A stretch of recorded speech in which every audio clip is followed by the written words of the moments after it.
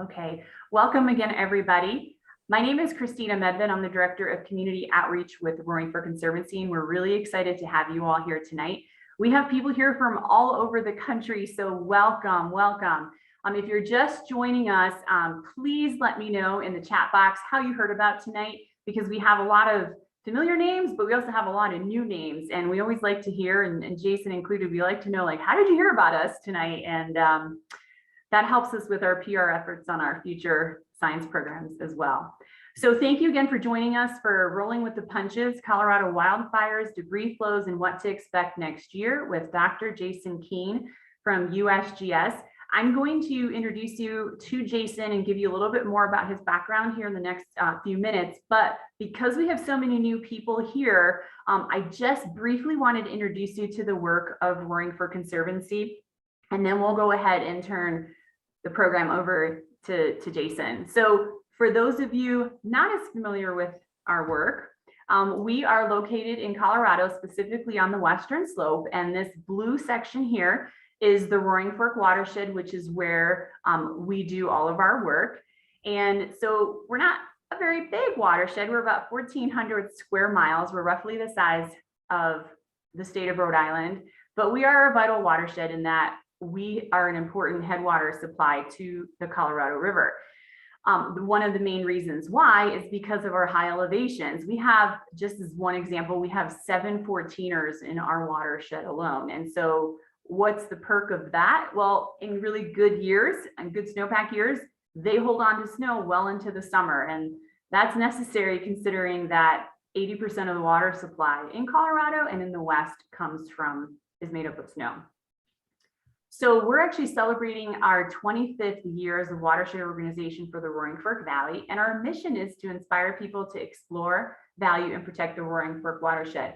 We do that primarily through our watershed science and policy programs and our watershed education programs. So with watershed science, that ranges from stream monitoring to targeted water quality studies, but also in our policy work, we allow that data to speak for the river and engage all of the stakeholders in trying to come up with solutions on how to improve our rivers and streams. And then our watershed education programs reach over 6,000 individuals a year, and that includes everything from our kindergarten through college programming, family and adult programming, of which this is an example. And you could learn all about us on our website or email me at any time with any questions. So just a brief tour of our watershed. As I mentioned, it's about 1,400 square miles. If you take a look at this image of our watershed, just to put this in context, the more orange the color is here, the higher the elevation. And this light green section here, lower elevations and our river valleys. So the Roaring Fork River begins right here at this blue point here near Independence Pass, and it flows through the city of Aspen and Basalt and Carbondale before it ultimately goes to Glenwood Springs, where it flows into the Colorado River. The two biggest tributaries to the Roaring Fork River are the Frying Pan River, which is right here. So those of you that are really interested in fly fishing, this is a gold medal river, as is this lower section of the Roaring Fork River. And then the other major tributary here is the Crystal River. So the 3 major rivers in our watershed all begin in designated wilderness areas. And that's important to mention because we do have really good water quality here because we have protected headwaters. They're all forested, which is the best thing we can do to protect water quality. So in addition to being well known for our local hot springs, Aspen, our fly fishing, our skiing, we're also home to the most photographed mountain range in North America, which is the Maroon Bells, just outside of Aspen. So for those of you that have been here before, it just provides a little bit of context. If you've never been here before, we invite you to come for a visit. But as I mentioned, it's a small but vital watershed because we provide water to the Colorado River, which helps feed about 40 million people in the American West. So it was several years ago that we started the Berkshire Watershed Institute with the intent of providing higher level scientific presentations to discuss local, regional, national water issues and to provide you all with access to a water professional like Jason is. And so we're really excited that you are all joining us tonight. We're really excited to have Jason here. So I'm going to go ahead and stop my screen share so he can pull up his PowerPoint. And while we do that, I will introduce you to Jason. So Jason, Dr. Jason Kean is a research hydrologist at USGS. He's a University of Colorado alumni from where he earned his master's and PhD in civil engineering. Dr. Kean's research focuses on post-fire debris flow processes and hazards. His research seeks to answer the post-fire questions, such as where will debris flows occur? How much rain will it take to cause a problem? How big will the debris flow be? How far will it travel? And how long will the hazard persist? His group conducted the post-fire debris flow hazard assessments for the Lake Christine fire as well, and the Grizzly Creek fire, and are involved in the response to the summer's flows in Glenwood Canyon. So I'm really excited that we get to have someone who's so closely connected to our neck of the woods and with such expertise. But I also wanted to mention to everybody that his team has conducted research on debris flows throughout the American West, including California, Arizona, New Mexico, Utah, and other parts of Colorado. So we are so happy to have you here, Jason. I will turn off my mic and turn the screen over to you. And just as a reminder for everybody, if you have a question for him, please put it in the chat box and I'll go ahead and be monitoring that tonight. Thanks for being here, Jason. We're excited to hear your presentation. Sure thing. Thanks, Christina. It's great to join you tonight. Can you see the slide okay and hear me? Super. Okay, great. Well, for those of you who tuned in to see Steve Hunter's presentation, I think earlier this year, this is somewhat a continuation of that. Steve Hunter was a member of the U.S. Force Bear team who was part of the emergency response. I'll talk a little bit about that effort and then more follow up with the aftermath of what happened after that. So weather whiplash has created a 1-2 punch of fire followed by flood and mud. And 2020, Colorado got hit by the first punch. It was the worst wildfire season on record. Prolonged drought conditions set the stage for 2020. And what happened, we had the worst wildfire season on record, including 3 of the largest wildfires in state history, over 100 days of burning and over 600,000 acres burned. 2021 was a different story, and we got a punch from below where meteorologists what called a super monsoon. So vigorous monsoon rainfall triggered widespread floods and debris flows, particularly in Colorado's burn areas. And so this combination of having large areas, 600,000 acres, made vulnerable by fire to intense rain led to some pretty significant problems in the state. And I'm highlighting 4 burn areas that had the biggest problems. I think many of you are familiar with the problems in Grizzly Creek, which I'll focus on quite a bit tonight. Repeated closures of I-70, including one for nearly 2 weeks. On the Front Range in Larimer County, in the Cameron Peak fire, a major debris flow from that burn area caused 3 fatalities, 1 person still missing, multiple destroyed homes. In Grand County, just west of the Continental Divide, there was multiple episodes of flooding and debris flow that caused repeated closures of Colorado State Route 125. And then north of Grand Junction, the Pine Gulch fire also had flooding and deep debris flows that disrupted travel and ranching there. So those 2020 widespread burn areas then were hit with very intense rainfall we went from monsoon to monsoon, I guess you could say, and flood and mud followed. I want to give just a brief outline for just points I want to hit tonight. First, I just want to describe what is a post-fire debris flow. What's that all about? I want to talk about how the USGS and partner agencies address the hazard, and then take a deep dive into Grizzly Creek and Glenwood Canyon. What happened there this summer?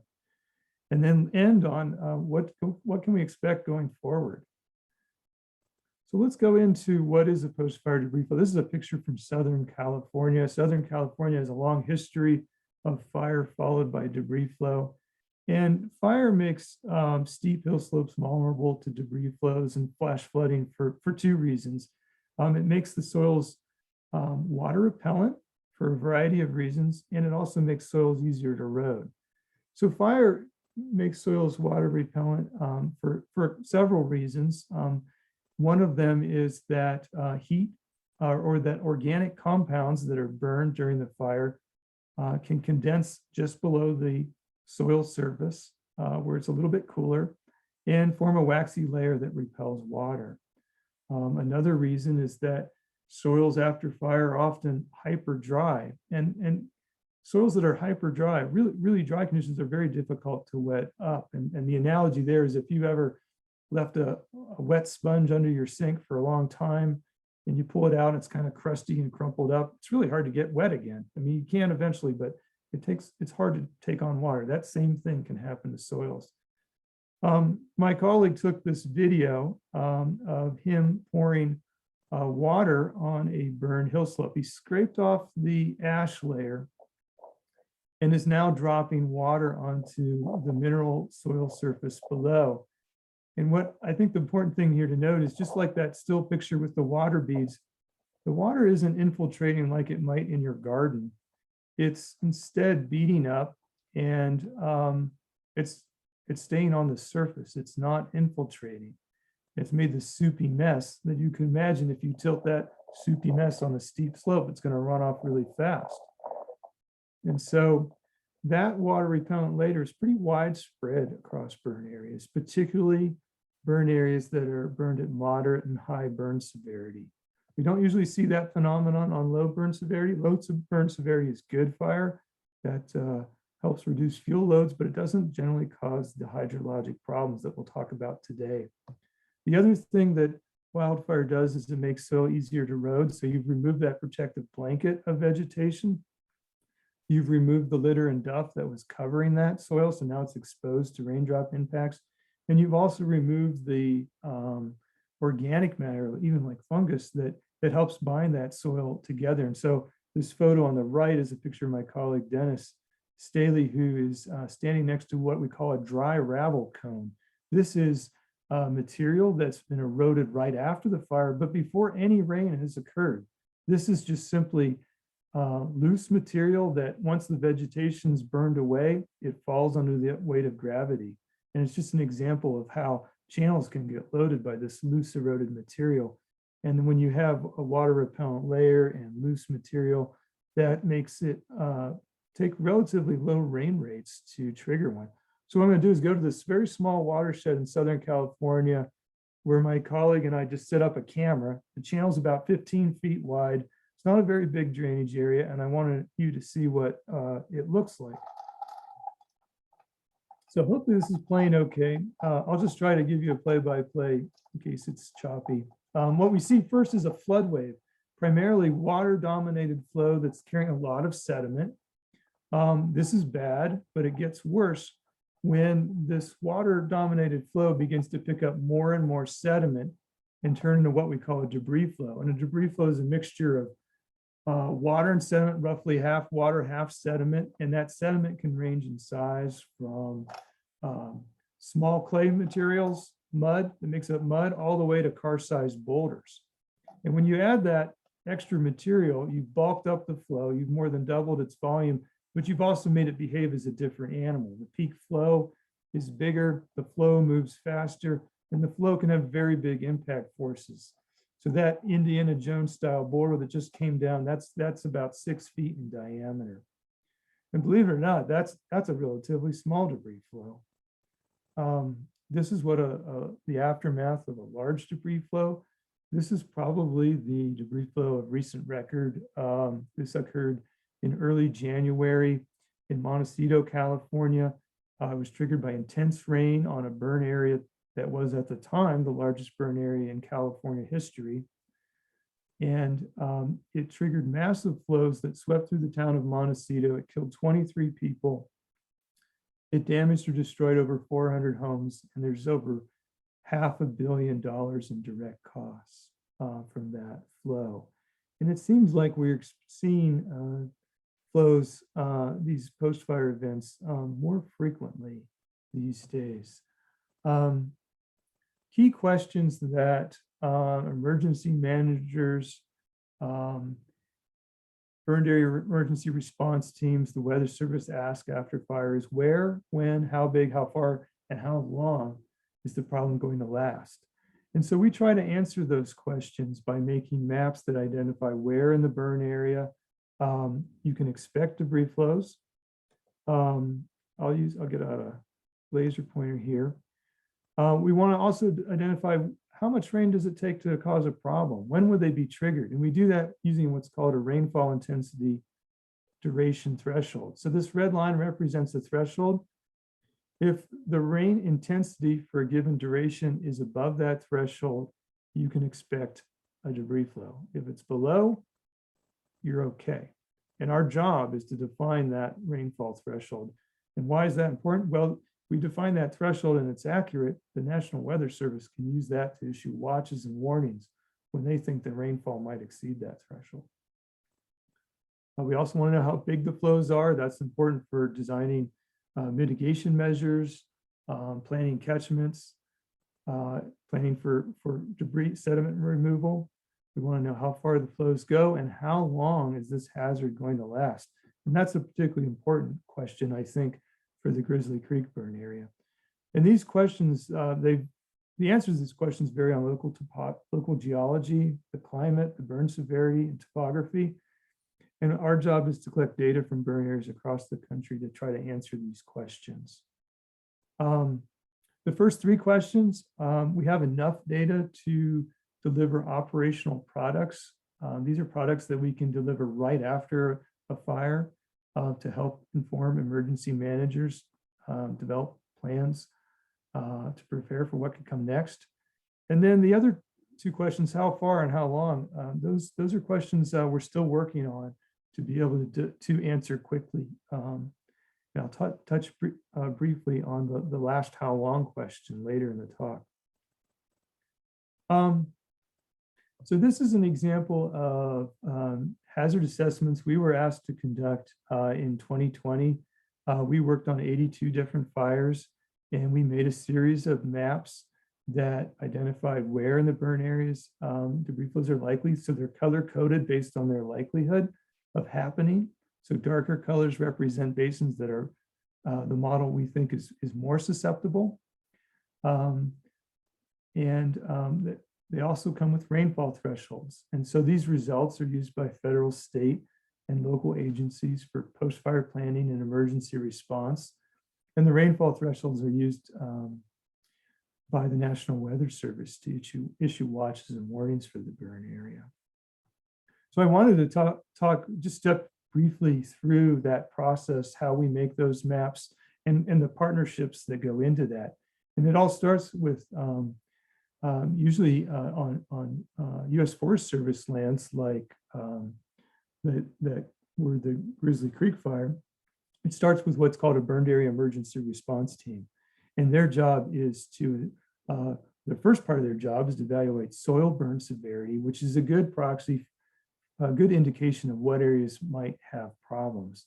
And they use satellite imagery, infrared satellite imagery taken before and after the fire to come up with an estimate of soil burn severity. And really what they're looking for is where the places of concern are moderate and high burn severity parts of the fire. They then go out into the field, the burned area emergency response teams, the BEAR team. CAL FIRE has a state equivalent there, and field check that map that was originally derived by satellite imagery. They may make some adjustments based on what they see in the field. They then give that map to us, and we try to turn results back to them within a day after getting that map of burn severity. And our results are these hazard maps that identify, there are a series of maps available online that identify where and how big flows might be. They also estimate the rainfall thresholds that might trigger those flows. And each burn area may have a different rainfall threshold due to its local geology, climate, topography, and burn severity. We give those results back as fast as we can to the bear teams. And then they take our hazard maps and then identify what's at risk, what's in the way, what could get whacked, that sort of thing. And then they pass that information on to local agencies who can then start the hard job of developing emergency plans based on what they think is at risk in the burn area. And then also the National Weather Service gets prepared to issue watches and warnings for the burn area. They're the ones holding the bag after the bear team has gone home to keep tabs on the fire and provide the community with warnings when and a heads up, a watch, when they think that the rain might exceed the threshold for triggering problems. This is a plot of our hazard assessments, or the acreage of hazard assessments we've done by year, and it's on an upward trend. In part, I think more people are becoming aware of the product, but the trend, I think, is driven primarily by an increase in size and severity of wildfires across the Western US. So 2020 was a very big year. 2021, again, another big year. The trend seems to be going up. Just for reference, I put the size of the state of Connecticut on there. So it's a little over 3 million acres. And so we're doing 2020, 2021. We're assessing an area of relatively steep terrain that has significant burn severity that's the size greater than the size of Connecticut, the size of the state of Connecticut. And if you think about it, the chance that it rains hard somewhere in the size of a small state in a given summer or given year, well, that's fairly high. And in fact, we are seeing debris flows throughout the Western US in these burn areas.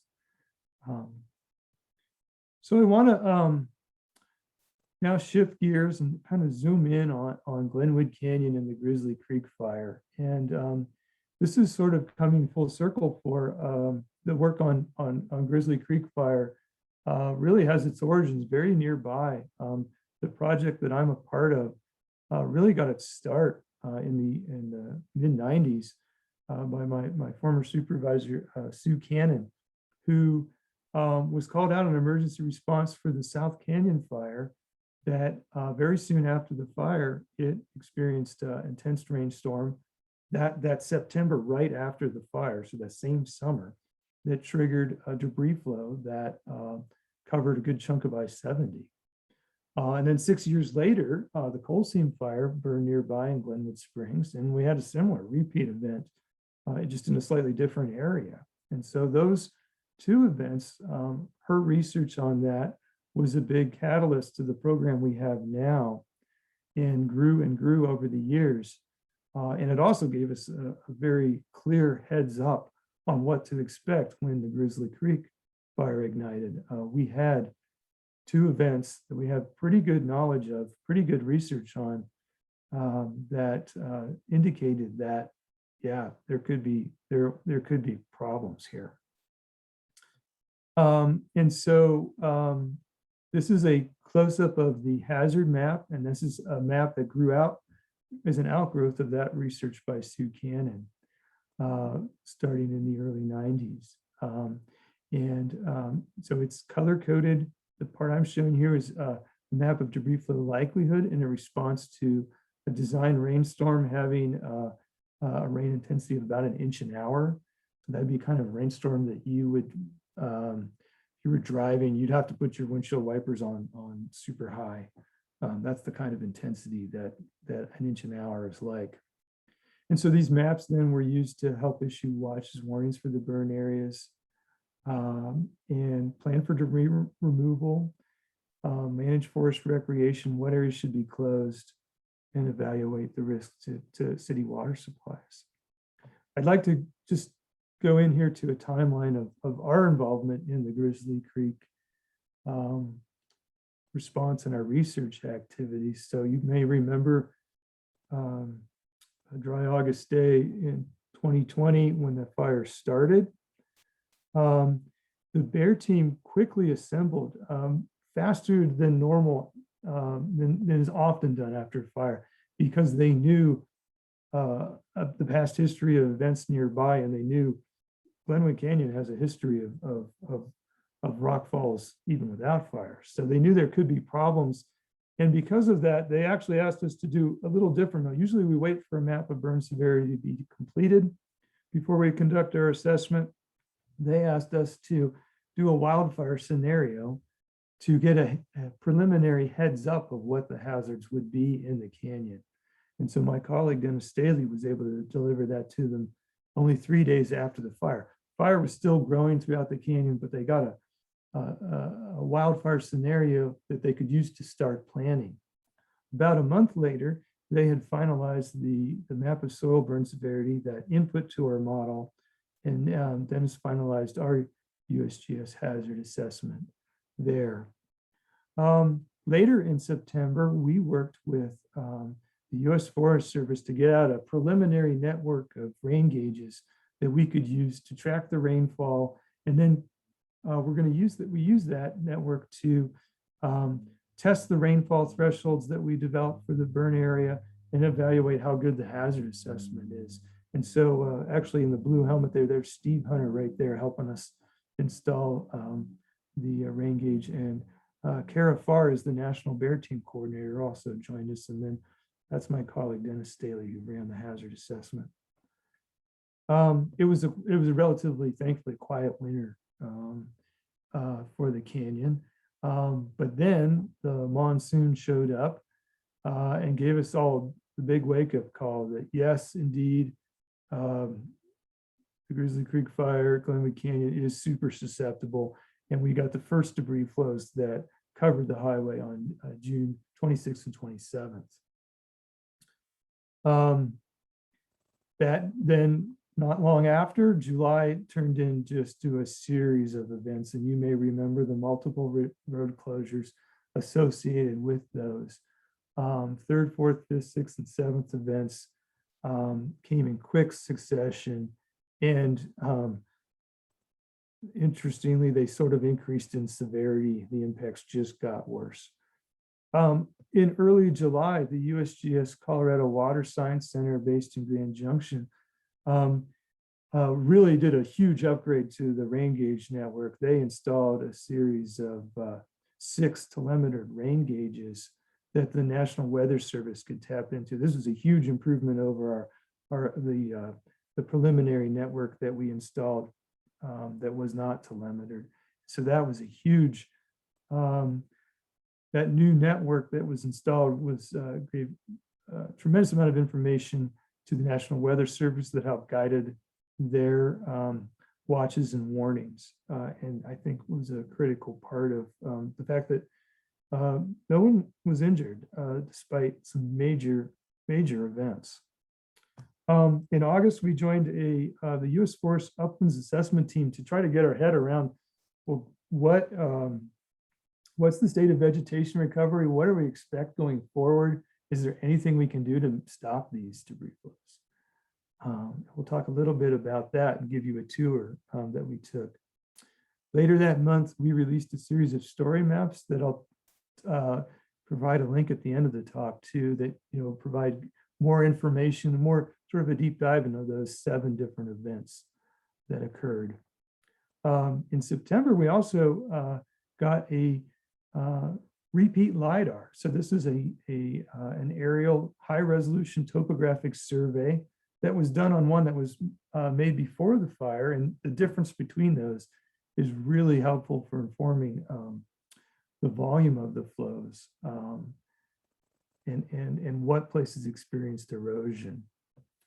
And then we're going to do continued research here going forward that I'll describe later. So I wanted to talk a little bit about those safety closures. So again, it comes down to those rainfall thresholds. The thresholds being used are just 0.2 of an inch falling in 15 minutes. That is a garden variety storm. That is a storm that can happen every year, has a return interval of less than 1 year. but it's based on both the modeling results we did and the observations of past events in the 1994 South Canyon fire and the 2002 coal seam fire. So what happened, the way this works is if the National Weather Service based in Grand Junction issues a flash flood watch, meaning they think thunderstorms are in the forecast for today, and they could probably exceed that threshold, which isn't very high. They'll issue a watch, and then CDOT stages staff at both ends of the burn area on I-70, and they're just staged there ready to close the highway. If the Weather Service thinks the conditions are imminent for exceeding the thresholds, they see something coming in on the radar or the rain gauges are lighting up, then they'll issue a warning, and then CDOT's ready there to close that. And they got very good at this pretty high stakes game, not a game, but high stakes procedure. And the fact that no one got hurt, I think, is a testimony to the National Weather Service and CDOT's quick action, and just my hat's off to them for keeping folks safe, even though it may have been a real pain if you're trying to get across to the other side of the canyon during July and August. I'd like to now take you to a tour, sort of the evolution of a debris flow. And this is a good representative example. It's a tour down Blue Gulch. Some of you may be familiar with a YouTube video that was circulated by CDOT of a drone that flew up this canyon. If you haven't seen already, I highly recommend it. It's incredible. This drone flew up the canyon. It's a bird's eye view. It's geologists totally geek out on that kind of footage. Blue Gulch experienced two episodes of major debris flows, kind of back to back, July 29th and July 31st. They were, the map here I'm showing outlines is from our hazard assessment, and channels that are red correspond to drainages we think have a 60 to 80% likelihood of debris flow for an inch-an-hour storm. Now, the storms that actually hit Blue Gulch were actually twice that high on the first 29th and nearly 3 times that high on the 31st. And so that's why those flows were so big. They were just so far above the threshold that we expected to trigger them, that could trigger them. And the unfortunate thing is they also corresponded to these rather long return intervals of 5 years and 10 to 25 years. So it's either I guess an example of how vigorous the monsoon was, that you could have a 5-year event followed by a 10 to 25-year event in 3 days, or maybe our return intervals need to be revised. That's an open question. So let's start walking down. And so the star on the right indicates about approximately where we are in the drainage network. This is a U.S. Forest Service team, and then myself and Francis Ringers from the USGS are going along. And what you can see here in between these 2 dashed lines is grass that's been somewhat folded over. This is new grass that grew after the fire. So this is revegetation here there was sufficient time from August of 2020 to when we walked here in August of 2021 to regrow that vegetation. But that intense rain, those almost 3-inch-an-hour rain rates, generated substantial runoff that folded that vegetation over. As we move down a little bit here, the flow deepens. There's a high flow, a small twig caught in a shrub here. It's about 2 feet deep. Not quite enough to rip up the vegetation, but the flow is building up steam. Not much further downstream than we see the first signs where the flow had enough energy to rip up the vegetation in the channel bed. This is still a flood flow, not a debris flow here. A little bit further down now, things keep gathering steam, and we have enough energy to pick up woody debris and make this log jam here. And there are several of those down the way on Blue Gulch. So Justin Anderson, the forest hydrologist there, is giving us a good scale for that debris jam. Going a little bit further here, this is sort of climbing up on the hill slope and looking down. So the flow was going down slope is the direction of the blue area. You can see some of the folks from the Forest Service there for scale. And I think what's interesting about this picture that I like is, and this is not typical of Auburn, is there's quite a bit of vegetation on the hill slope. And that vegetation really mitigated the sediment delivery from the hill slope. So this is primarily the material at this point here is really coming almost all from the channel. That's not always the case. So a little year's worth of vegetation in this drainage really kind of knocked down the sediment supply from the hill slope. Getting a little further down, then we see that first major head cut. Now the channel has enough steam to really start ripping the bed apart. And there's quite a bit of material in that bed, as you can see from this sediment.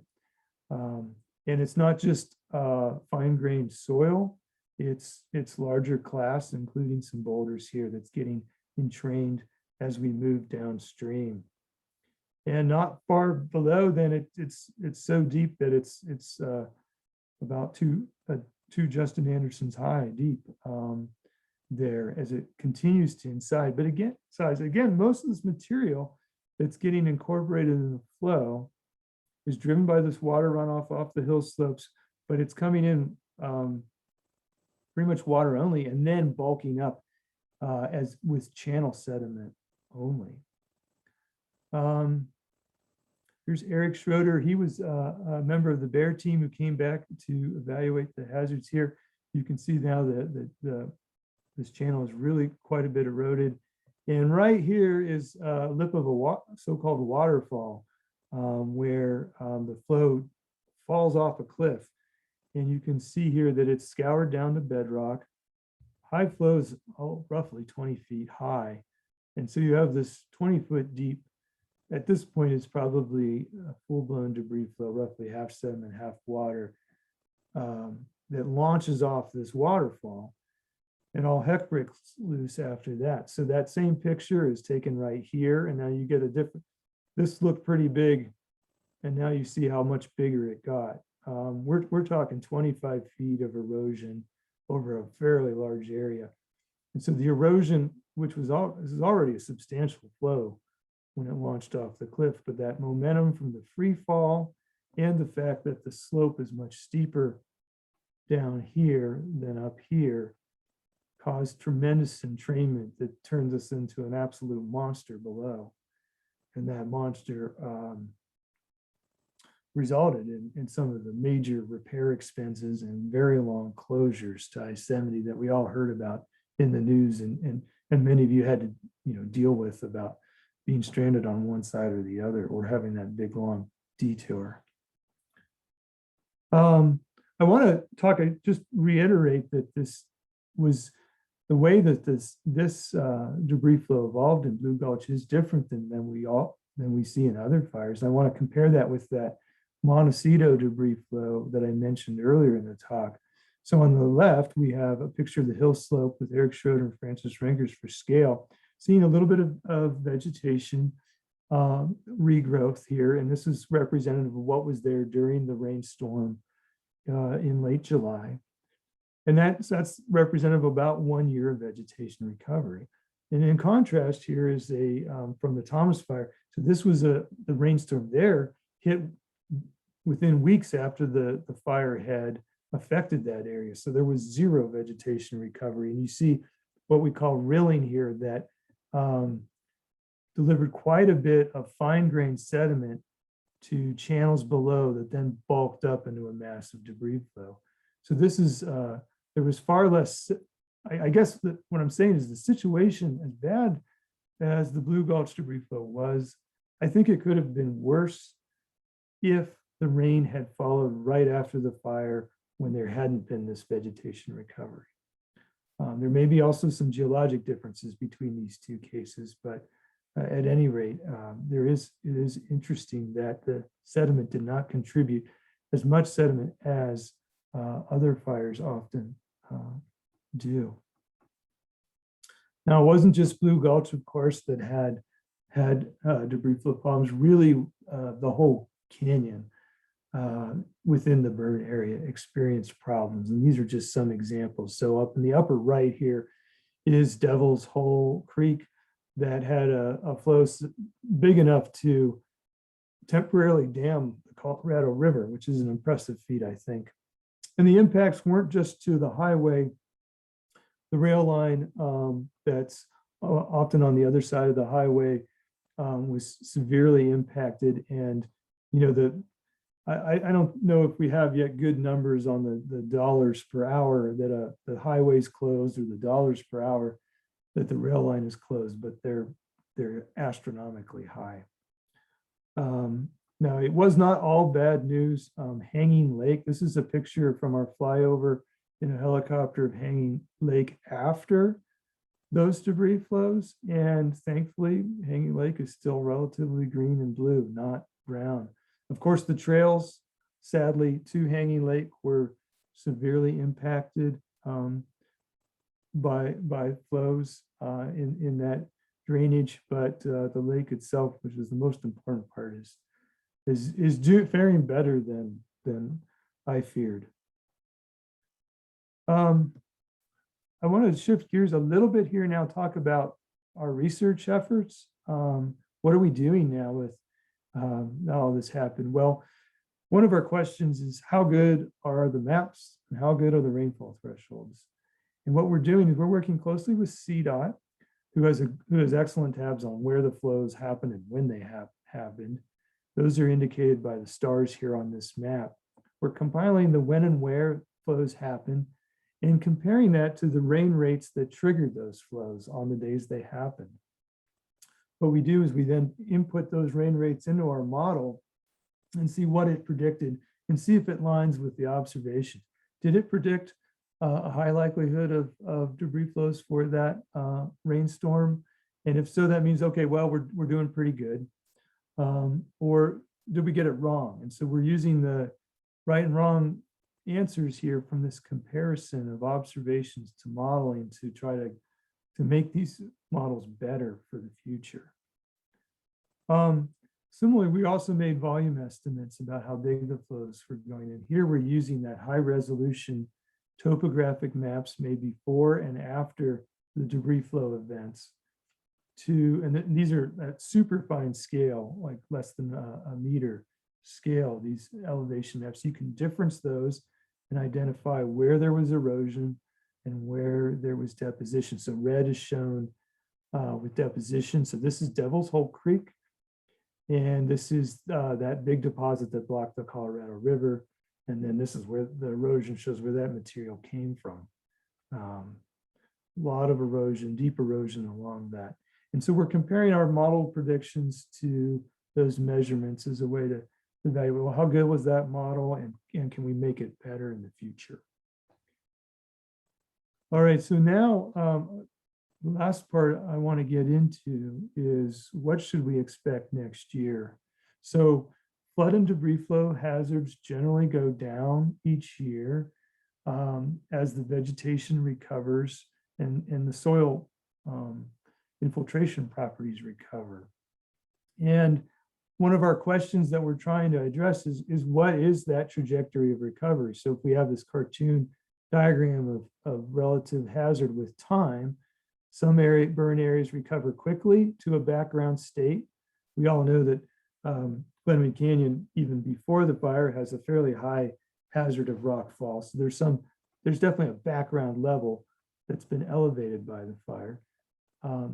Or is it on a slower trajectory? And so that recovery trajectory depends on a lot of factors: the climate, the local weather. And so one of our questions is try to evaluate, well, what trajectory is Grizzly Creek on? And you can also think of that the same recovery trajectory in terms of rainfall thresholds. That's the actionable number that the Weather Service can use to issue watches and warnings, and that CDOT can then use to do road safety closures. And so in general, with each year after the fire, as the vegetation recovers, as the soil hydrologic properties recover, the rainfall thresholds increase. And so Our initial job was to figure out where that threshold was at the beginning. Now we're trying to figure out where it is at year 2 and going forward. And how long is it going to take to get back to normal? So I think some good news. So vegetation and soil vegetation recovery. So that, what does that do? Green arrows are indicating trends in a positive, helpful direction. So vegetation increases roughness, which can slow down flow and reduce erosion. So that's good.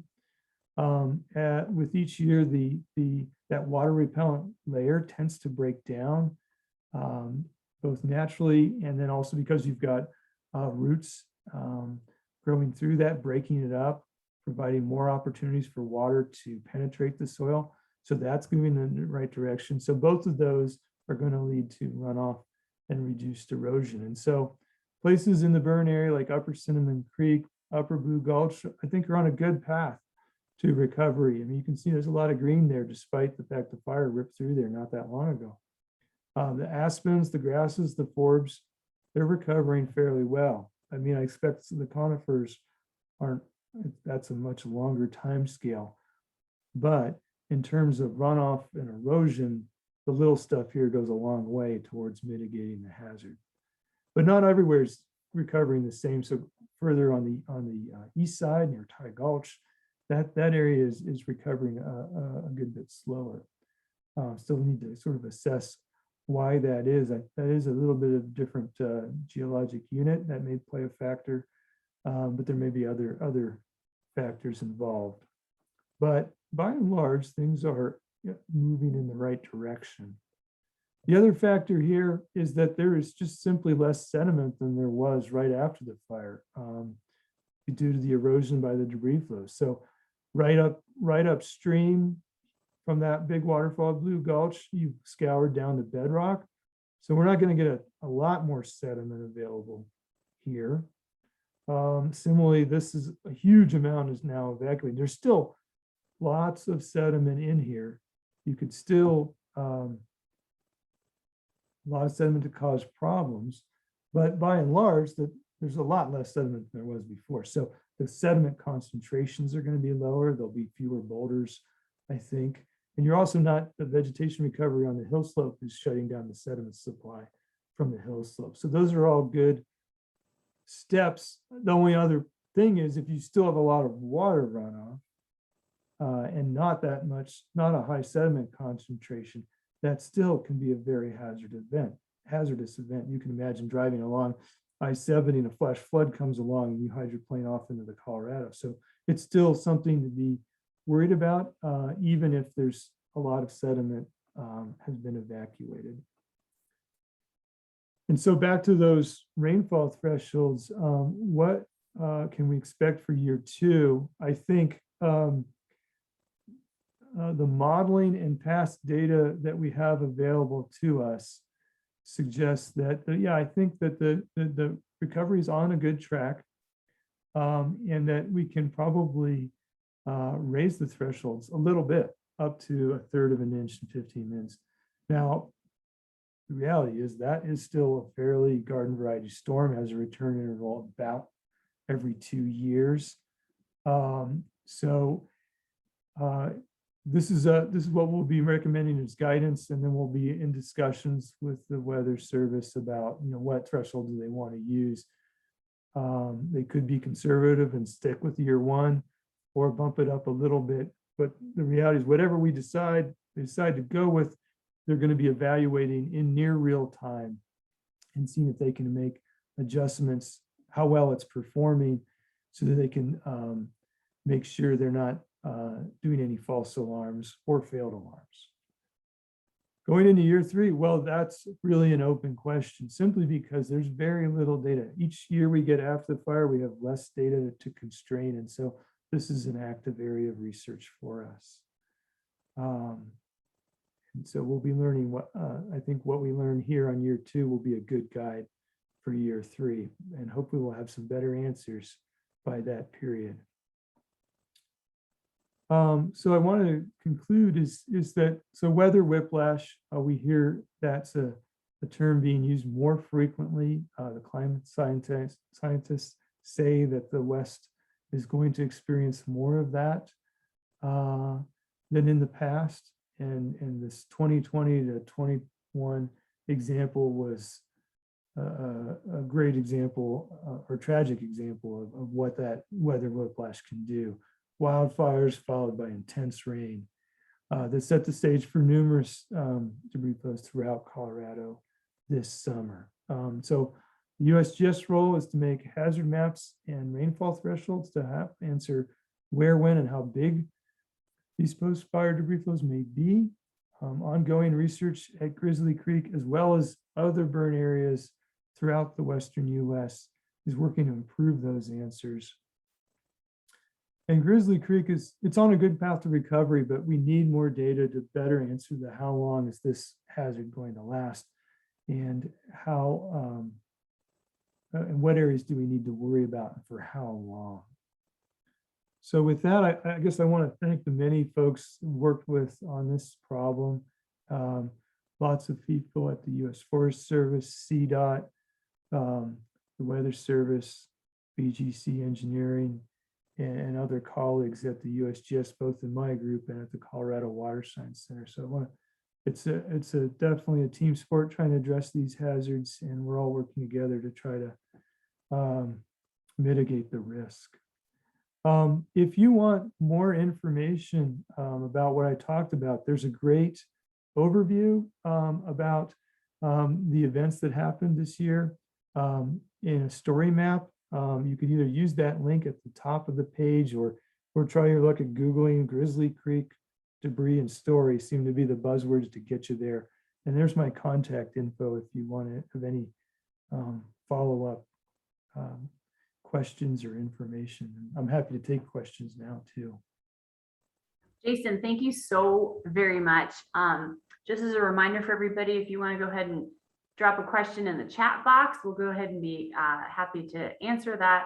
But Jason, I just wanted to say, like, what a fantastic presentation. Your images are really incredible, and you walked us through everything like so well. I almost felt like I was there with you in some of those locations. So thank you. It is pretty incredible to see the power that is involved in moving Earth.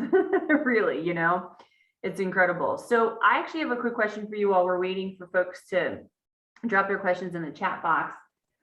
And maybe you said it and I missed it. I was curious how you all come up with the rainfall thresholds. Yeah, that's a good question. So what we've done is we've done it empirically. We've collected a lot of data from across the Western US, burn areas across the Western US. And what we've done is it's sort of simple. So in its simplest sense, you pick a drainage basin that's burned, you put a rain gauge there, and then after every storm, you check what happened. Did it make a debris flow or did it not? I'm oversimplifying it, but we call those ones and zeros.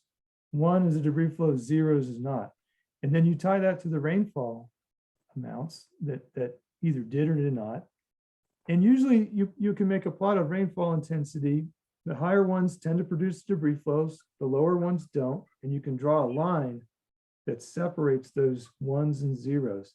And for fire, it's a pretty clean, it tends to be a pretty clean separation. It's a pretty well-defined threshold. There's a little bit of fuzziness, but you've got events that rainfall storms that made debris flows and lower rainstorms that did not. And that allows you to draw that line.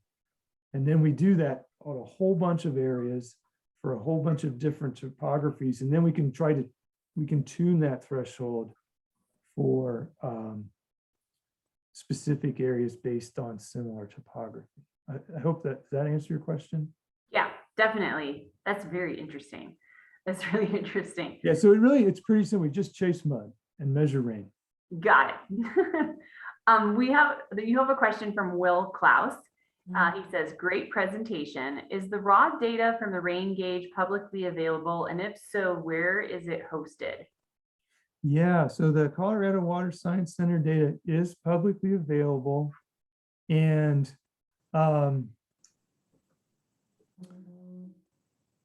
Where is it hosted? I think Googling Colorado Water Science Center, and then it's in a similar location as their stream gauge information.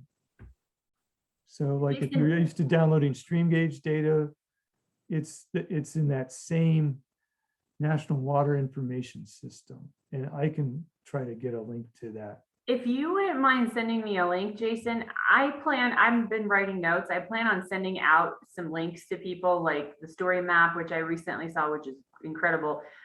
I'm happy to send that to everybody so they don't necessarily have to write that down. So that would be really helpful. Sure, absolutely. Yeah, that'll help because it's publicly available.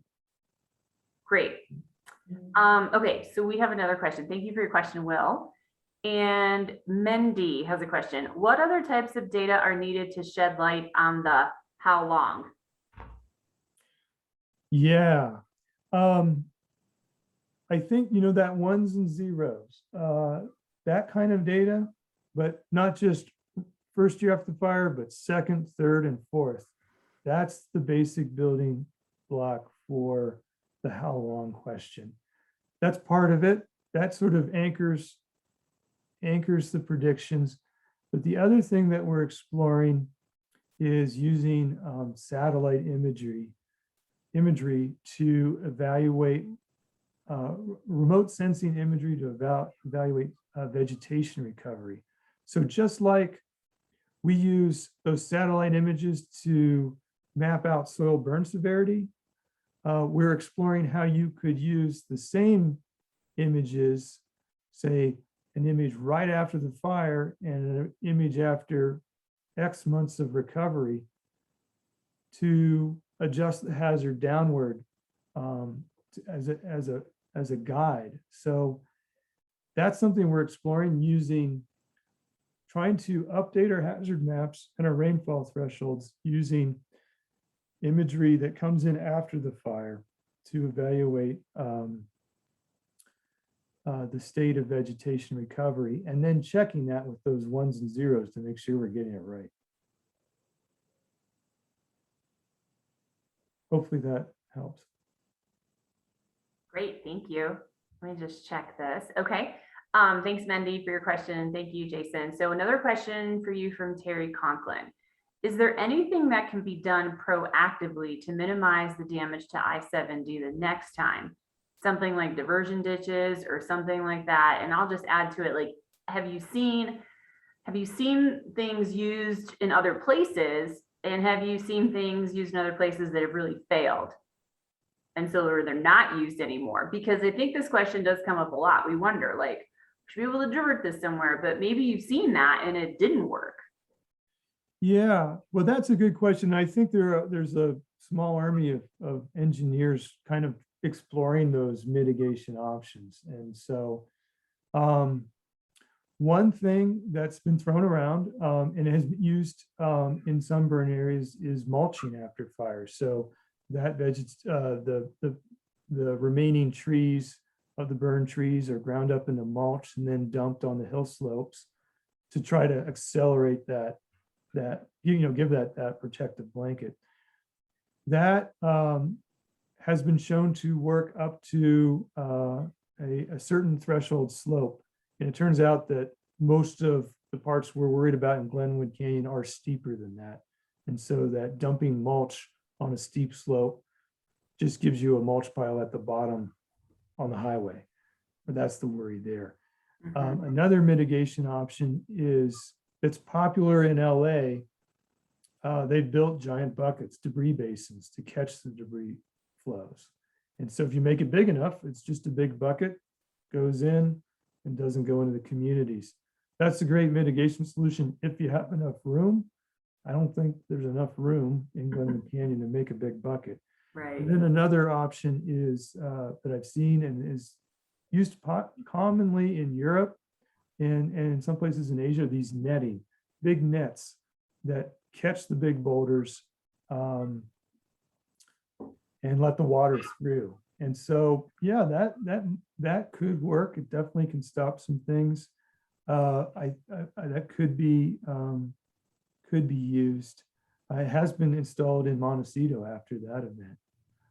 And then lastly, there was the Bear team was really quick thinking right after the fire and told CDOT. So there's the Hanging Lake Tunnel that you've all gone through, and that has a command center, and that's right on the creek. So the Cinnamon Creek is right over the tunnel, and the command center, the top of it was vulnerable, and so CDOT the Bear team recommended CDOT install a berm to deflect the flow, and that proved very effective for some huge flows that came down Cinnamon Creek.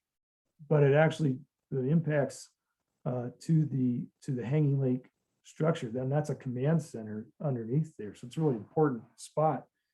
It worked really well. So that was some quick thinking by the US Forest Bear team and CDOT that definitely was a step in the right direction. So maybe more of those could be in place. And I'm sure there's additional options that I haven't mentioned that maybe the engineers are thinking about right now. I imagine, I guess they'll be unveiled in the spring. We'll see what's real.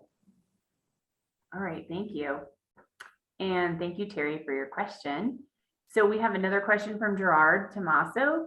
What happens in the winter after these debris flows? For example, avalanche hazards? Yeah, I think avalanche if there's enough snow on steep terrain, avalanches are always going to be an issue. I think probably the more common one is the same one that CDOT and travelers worry about every year is the freeze thaw and the rockfall.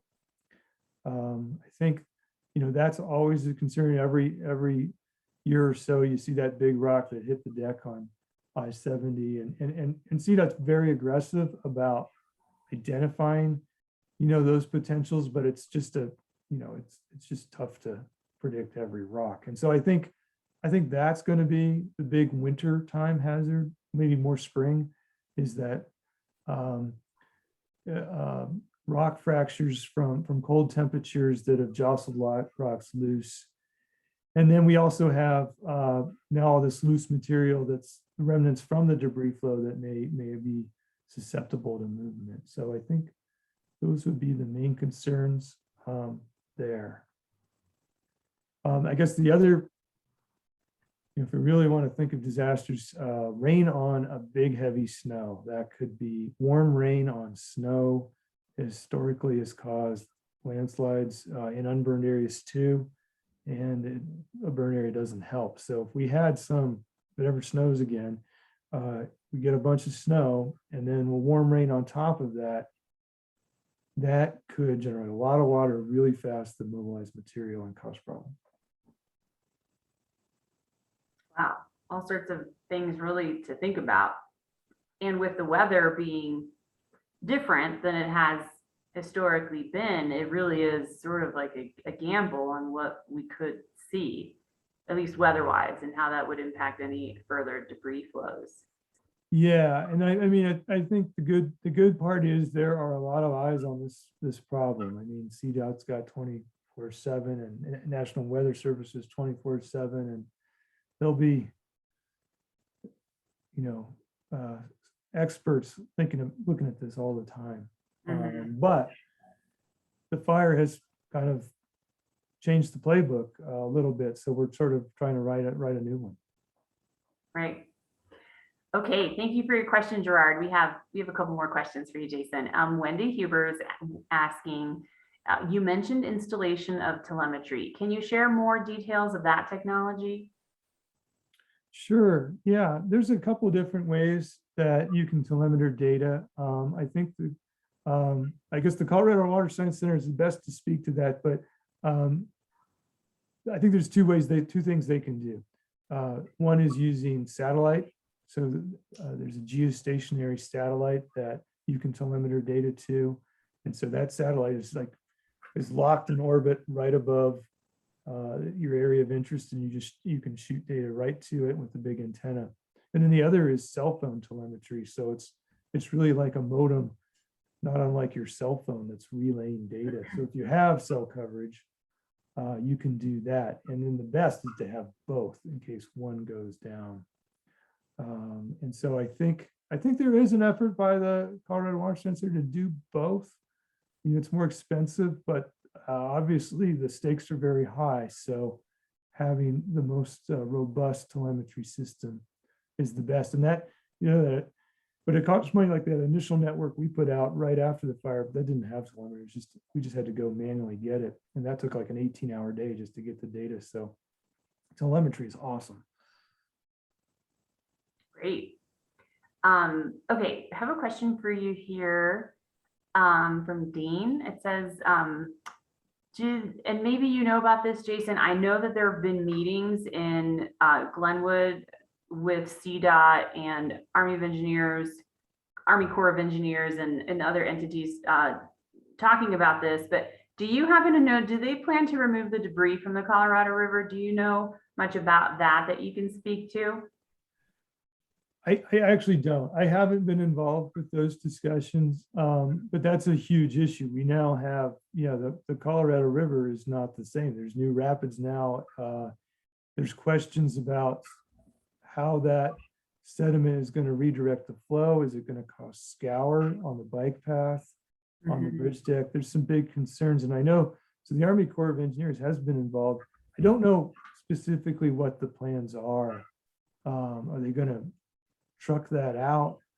Or are they going to do something more minor? But I've been more focused on the upslope side of things. So I'm afraid I don't have a good answer to that question, except that it's a huge concern and people are thinking about it.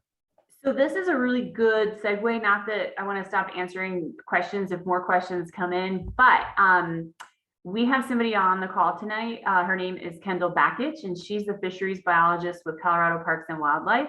So she's actually going to be providing a presentation for the city of Glenwood next week. It's open to the public, so you could log in. She's going to be talking about impacts to water quality and the fish habitat. And when I email everybody tomorrow to let you know where the recording is of this presentation, I'll also send you the link to that so you can find that online. But she also has the answer to this question. She just sent me a note. She's like, I know the answer to this question. So Kendall, if you don't, oh, there she is. I saw you see your video. Go ahead, if you can just give us a little information on, don't tell us everything you're going to talk about next Wednesday, but if you could let us know about the removal of the debris, that'd be great. Yeah, I don't know the details. Of course, that's in CDOT's wheelhouse, but Parks and Wildlife, I'm the aquatic biologist locally for them, has consulted with us since there are impacts to the fishery potentially, and they are going to be removing the sediment like any day now. They want to start moving it now. They're going to work, a lot of it's going to be in that dry section between Shoshone Dam and the outflow of the hydro plant where a number of those big debris piles are. I think there's 5 total piles that they're going to be removing, and 3 of those are in that dried section, which is good for fish because there aren't going to be a lot of fish in there since they're diverting most of the water through Shoshone. And then they're going to work on 2 just downstream but above Grizzly Creek. And they're just trying to figure out where to put all that sediment and how to get it out of there. But they're going to start working on that pretty quick here. Kendall, thank you so much. I was actually going to ask you if they have determined where they're going to put all of that debris, because we get that question often as well. And as I mentioned before, I know that there's been some public outreach about this. I'm pretty sure it's been through the city of Glenwood and CDOT and CBW. So when I email everybody tomorrow, I will try to send you that information as well, because I know it's out there. So we're happy to be that resource for everybody to just share that information. And then please do try to log on to Kendall's presentation next Wednesday. It'll be at 11:30 in the morning. But what I do know is that the city of Glenwood does record those presentations, so you'll be able to see that after as well. Yeah. Thank you. Thank you, Kendall. Great presentation. Thanks, Jason. Thanks. I'm glad you had the answer.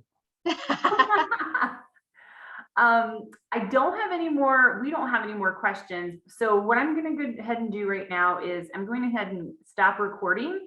And then if anybody wants to ask any questions offline, if you will, Jason and I can hang around for another 10 minutes or so. We're happy to have a discussion with you. But for right now, I'm going to go ahead and stop the recording and thank you all again for joining us. Please stay on if we want to talk about a couple of more things.